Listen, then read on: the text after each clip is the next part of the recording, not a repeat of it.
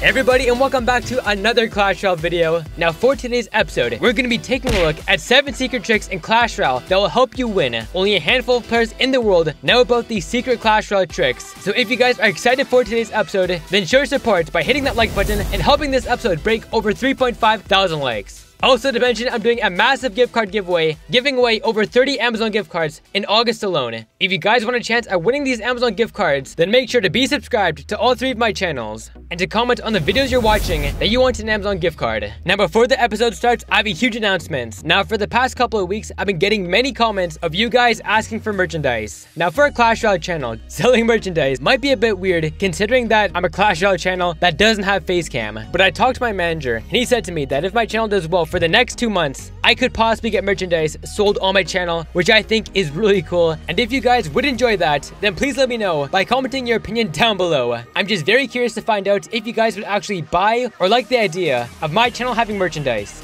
But anyways, let's get stuck in today's episode, taking a look at 7 epic Clash Royale secret tricks that will help you win games. Alright, so at number 1 is using the clone spell to dodge things. Now a very cheeky thing to do with the clone spell is that, let's say for example, your Sparky is rolling down the map about to cross the enemy side when all of a sudden an incoming rocket is about to hit your Sparky. What you can do if you really need that Sparky is clone the Sparky, and if you place a clone spell with the right timing, because when the clone spell affects another card, it shifts the card, the Sparky will end up actually dodging the rocket. And of course, this tactic doesn't have to be with the rocket only, it can also work with other attacking spells like fireballs, arrows, as long as your timing is correct. Number 2, pig pushing.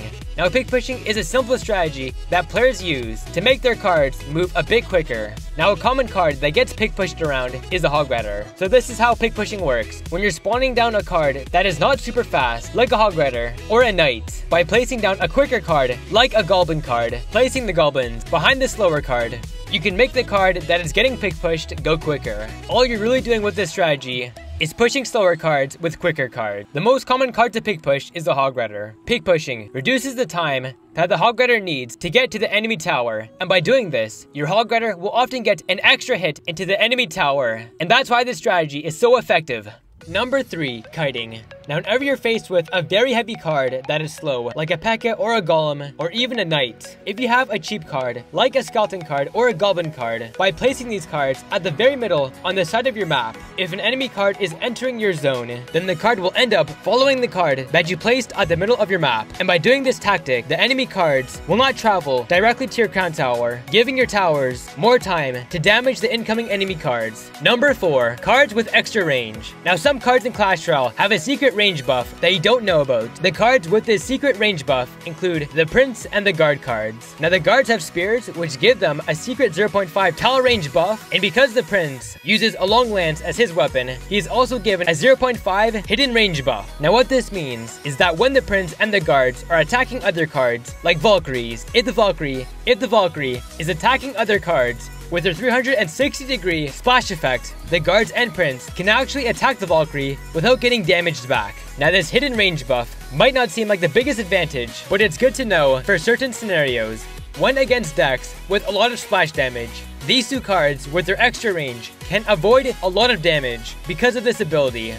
Number 5, Splash Damage Poke. Now Splash Damage Poke is a very cool skill that can only be used in one scenario. Let's say for example, the enemy crown tower is on very low HP, like 5 to 20 HP, and you have the bomb tower in your deck. If an enemy card is walking by the crown tower, if you place your bomb tower, if you've taken down 1 other crown towers, you'll be given the option to place your bomb tower at their side of the map. And if the enemy card that is walking by their low HP crown tower, by placing your bomb tower at the middle of their side, your bomb tower can attack the enemy card that is walking by the crown tower, and because of the bomb tower's splash damage, it can also end up just barely poking the enemy crown tower, taking it out.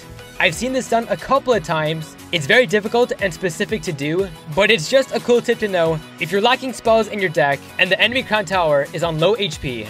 Number 6, elixir counting. What players should do that most players don't do is elixir count. Once you faced your opponent for a good 1 minute, if you're a skilled player, you should have it memorized what the enemy cards are. And by doing so, you can build a pattern in your head so that you know what your opponent can place down next. Elixir counting is also great to know because it gives you the knowledge if it's okay or not okay to go for a counter push or an ambush. Elixir counting is difficult to do. It requires multitasking because not only do you have to place down your own cards effectively, but you also have to be counting what your opponent is spending. It's a very difficult skill, but if it is mastered, you can easily dominate your opponents. Finally, at number 7 is proper deck building. Now, it's very important to know what a Clash Royale deck should have and what it should not have. I'm gonna tell you guys an acronym that is perfect for knowing if your Clash Royale deck has every type of card that is needed to not allow for a weakness in your deck. Alright, so I'm about to list every single type of card that every deck should have. First of all, each deck needs a low elixir card. Like a skeleton or a goblin, you just need a low elixir troop.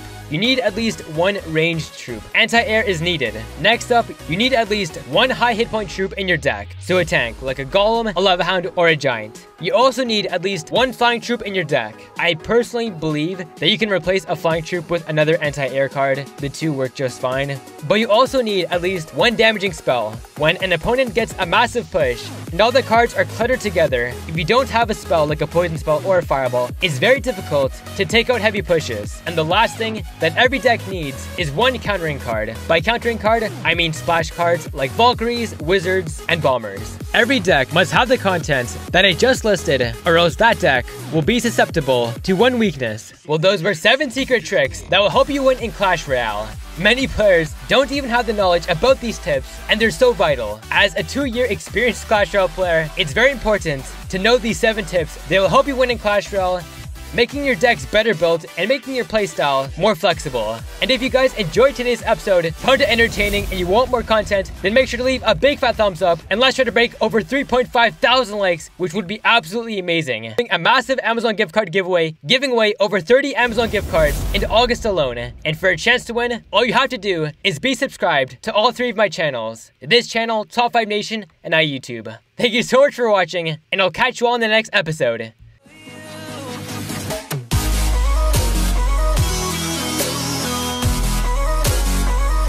To share.